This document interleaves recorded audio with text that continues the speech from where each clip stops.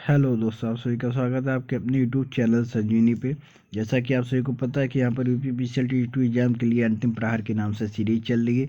Technical और computer की अलग अलग सीरीज चल रही है। कंप्यूटर की सारी वीडियो हो चुकी है, तो जिन्होंने नहीं देखा हो जाके क्लासेस देख लीजिए प्लेलिस्ट में। ये बहुत ही इंपॉर्टेंट होने वाली हैं आपके एग्जाम के लिए। और टेक्निकल की 500 MCQ की सीरीज चल रही है, जिसको आइए हम लोग स्टार्ट करते हैं। जो चैनल को अभी तक सब्सक्राइब नहीं किया हो सब्सक्राइब कर लीजिए और जुड़ जाइए कि क्वेश्चन एक कंटेंट आपके लिए बहुत ही इंपॉर्टेंट होने वाले हैं। ये मेरा विश्वास है आपके लिए। चलिए, फर्स्ट क्वेश्चन कुछ इस तरह है आपका, देखिए कि घर की वायरिंग के लिए चालक का अनुप्रस्थ काट क्षेत्रफल आमतौर पर किस में व्यक्त किया जाता है, बताइए। हर्ड में, में, स्क्वायर में, या फिर सेंटीमीटर में? बताइए आंसर क्या होगा। घर की वायरिंग के लिए चालक का अनुप्रस्थ काट क्षेत्रफल आमतौर पर किस में व्यक्त किया जाता है? तो ये आपका है स्क्वायर में। ठीक है, स्क्वायर में व्यक्त किया जाता है। आगे देखते हैं। देखिए, लघु परिपथ धारा का अधिक मान क्या दर्शाता है? अल्प शक्ति गुणक, अच्छा शक्ति गुणक, या फिर शून्य शक्ति गुणक, या फिर उपरोक्त में से कोई नहीं दर्शाता? बताइए क्या दर्शाता है। बताइए, अच्छा शक्ति गुणक दर्शाता है। ठीक है, अच्छा शक्ति गुणक दर्शाता है। आगे देखिए,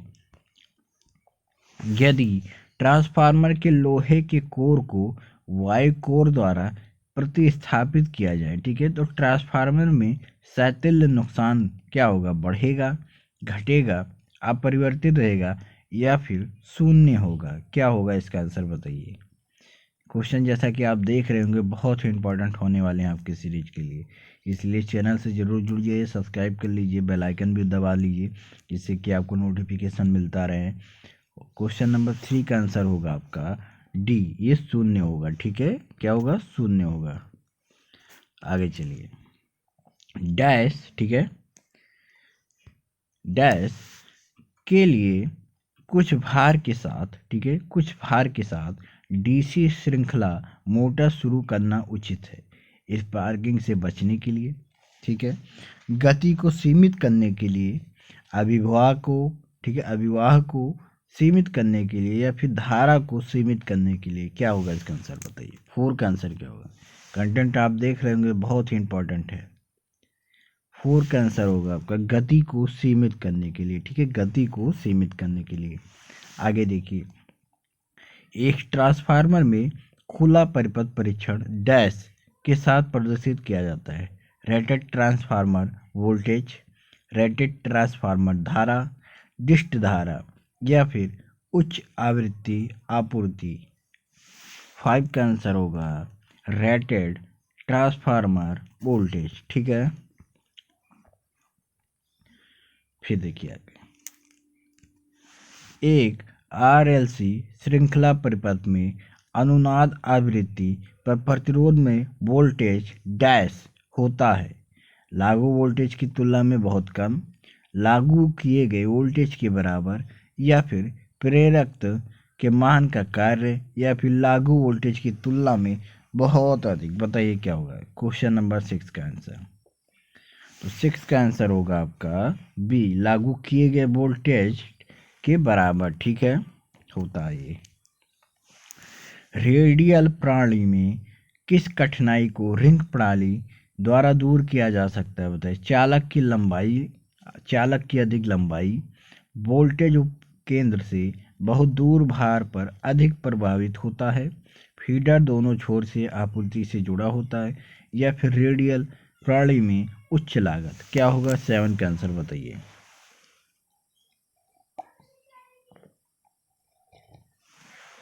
7 का आंसर आपका होगा बी वाला। ठीक है, बी क्या है?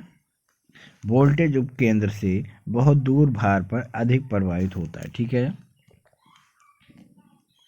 बिना किसी भार के एक अति उत्तेजित तुल्यकालिक मोटर किस प्रकार कार्य करता है? सांद्रित, ठीक है, प्रेरक, ट्रांसफार्मर, या फिर प्रतिरोधक? तो बताइए आंसर क्या होगा।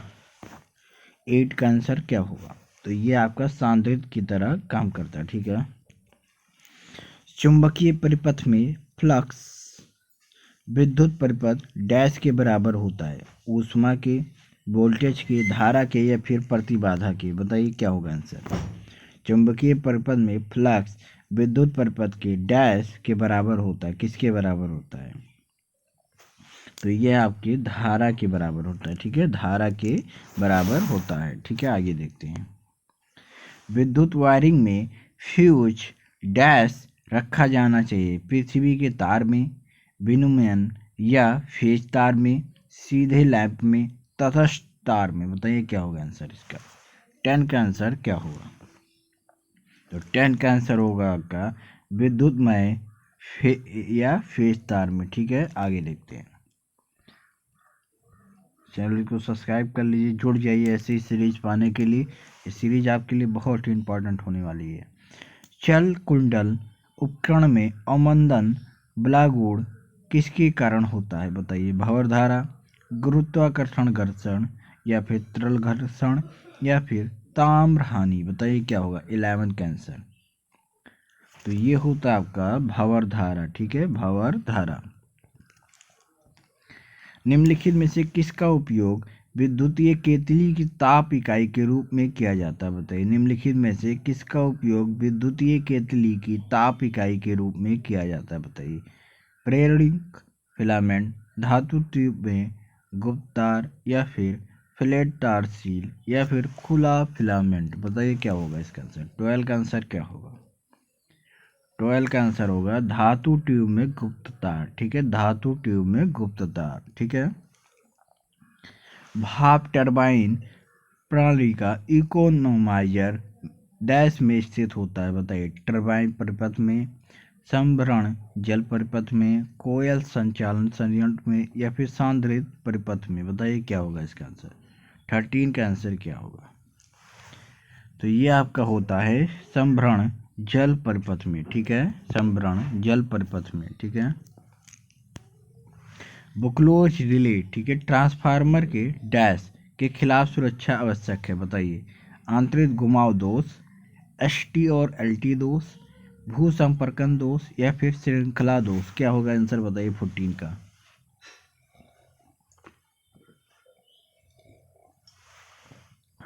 चलिए बताइए भाइयों 14 का आंसर क्या होगा, तो 14 का आंसर आपका होगा आंतरिक घुमाव दोष। ठीक है, फिर आगे देखिए, प्रेषण दक्षता को किस रूप में परिभाषित किया जाता है। बताइए, अभिग्राही सिरे पर शक्ति बटा प्रेषण सिरे पर शक्ति, प्रेषण लाइन में कुल हानि बटा अभिग्राही सिरे पर शक्ति या फिर अभिग्राही सिरे में धारा बटा प्रेषण सिरे में धारा या फिर अभिग्राही सिरे पर वोल्टेज बटा प्रेषण सिरे पर वोल्टेज। क्या होगा आंसर बताइए 15 का, तो 15 का आंसर होगा आपका अभिग्राही सिरे पर शक्ति बटा प्रेषण सिरे पर शक्ति। ठीक है,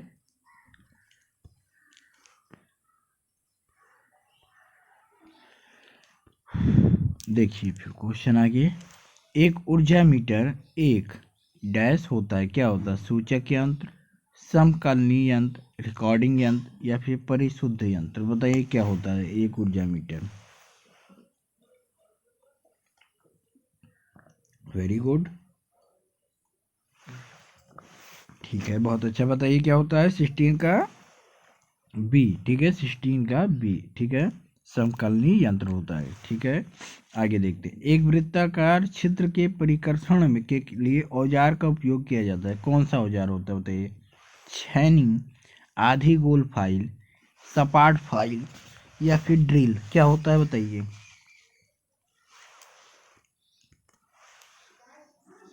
17 में होगा आधी गोल फाइल। ठीक है, प्रोजेक्शन वेल्डन को डैश के बड़े पैमाने पर उत्पादन के रूप में माना जा सकता है। बताइए, spot welding, flash welding, upset welding या फिर सीम वेल्डन। सीम वेल्डन। बताइए क्या होगा आंसर इसका। 18 का आंसर क्या होगा, तो ये आपका है स्पॉट वेल्डन। ठीक है, टीवी पर रंगीन दृष्टि में रंग संयोजनों के निम्नलिखित सेटों में से कौन सा सेट मिलाया जाता है। बताइए, पीला, हरा और नीला, सफ़ेद, काला, लाल और हरा, लाल, हरा और नीला, या भी संतरी, गुलाबी और नीला। क्या होगा आंसर? 19 का आंसर क्या होगा बताइए जल्दी से। तो 19 का आंसर होगा आपका लाल, हरा और नीला रंगों को हम मिलाते हैं। ठीक है, इन रंगों के सेटों को हम मिलाते हैं। स्टील के खंभों को उन्हें डैश से बचाने के लिए पेंट किया जाता है। बताइए, क्षरण, बेधक, ग्राउंडिंग या फिर दीमक। तो आंसर इसका बहुत आसान सा बताइए क्या होगा। क्षरण से बताने के लिए हम लोग करते हैं। ठीक है, फिर देखते हैं आगे। एक ट्रांसफार्मर का भार डैश के रूप में व्यक्त किया जाता है। बताइए, माध्यमिक कुंडली द्वारा, VA ट्रांसफार्मर की रेटिंग, द्वितीय कुंडली का वोल्टेज, धारा और शक्ति, या फिर इनमें से कोई नहीं। तो किसके द्वारा व्यक्त किया जाता है बताइए। 21 का आंसर क्या होगा? तो ये होता है VA। ठीक है, ट्रांसफार्मर की रेटिंग। ठीक है, परिपथ में सांद्रित किसके आकस्मिक परिवर्तन का विरोध करता है? वोल्टेज सॉरी, ऊर्जा, धारा और तापमान। क्या होगा आंसर 22 का? वोल्टेज का। ठीक है, एक लंबी संचरण लाइन की प्रोकर्षण, ठीक है, प्रोत्कर्षण प्रतिबाधा किसके द्वारा व्यक्त की जाती है? पूरे का अंडर रूट Y/Z, ये पूरे का अंडर रूट है। ठीक है बेटा, पूरे का अंडर रूट C/L, पूरे का अंडर रूट R/Y, या फिर पूरे का अंडर रूट Z/Y। क्या होगा आंसर बताइए। तो ये होगा आपका अंडर रूट Z/Y। ठीक है, भू संपर्कन में नमक, चारकोल आदि मिट्टी के साथ मिलाया जाता है किस लिए? मिट्टी की पारगम्यता में वृद्धि करने के लिए, मिट्टी के प्रायोगिक गुण में वृद्धि करने के लिए, मिट्टी की प्रतिरोधकता बढ़ाने के लिए, या फिर मिट्टी की प्रतिरोधकता को कम करने के लिए। किस लिए किया जाता है ये बताइए। तो मिट्टी की प्रतिरोधकता कम करने के लिए किया जाता है। ठीक है, आगे चलते हैं। स्वतः ट्रांसफार्मर का विशिष्ट उपयोग क्या है? नियंत्रण ट्रांसफार्मर, पृथककारी ट्रांसफार्मर, परिवर्तनीय ट्रांसफार्मर, या फिर टावर ट्रांसफार्मर। तो इसका आंसर क्या होगा जल्दी से बताइए। लास्ट क्वेश्चन है आज का। तो ये होता है आपका परिवर्तनीय ट्रांसफार्मर। ठीक है, तो सीरीज से जुड़ने के लिए आप सभी का धन्यवाद। जिन्होंने चैनल को सब्सक्राइब नहीं किया वो चैनल को सब्सक्राइब कर लीजिए। जैसा कि आपने कंटेंट को देखा होगा, ये कंटेंट आपके लिए बहुत ही इंपॉर्टेंट होने वाला है। ठीक है, बहुत ही इंपॉर्टेंट रहेगा आपके एग्जाम के लिए। तो इसके लिए आपसे भी मैं आशा करता हूँ कि आप जोड़ेंगे और हमारा मनोबल बढ़ाएंगे। धन्यवाद।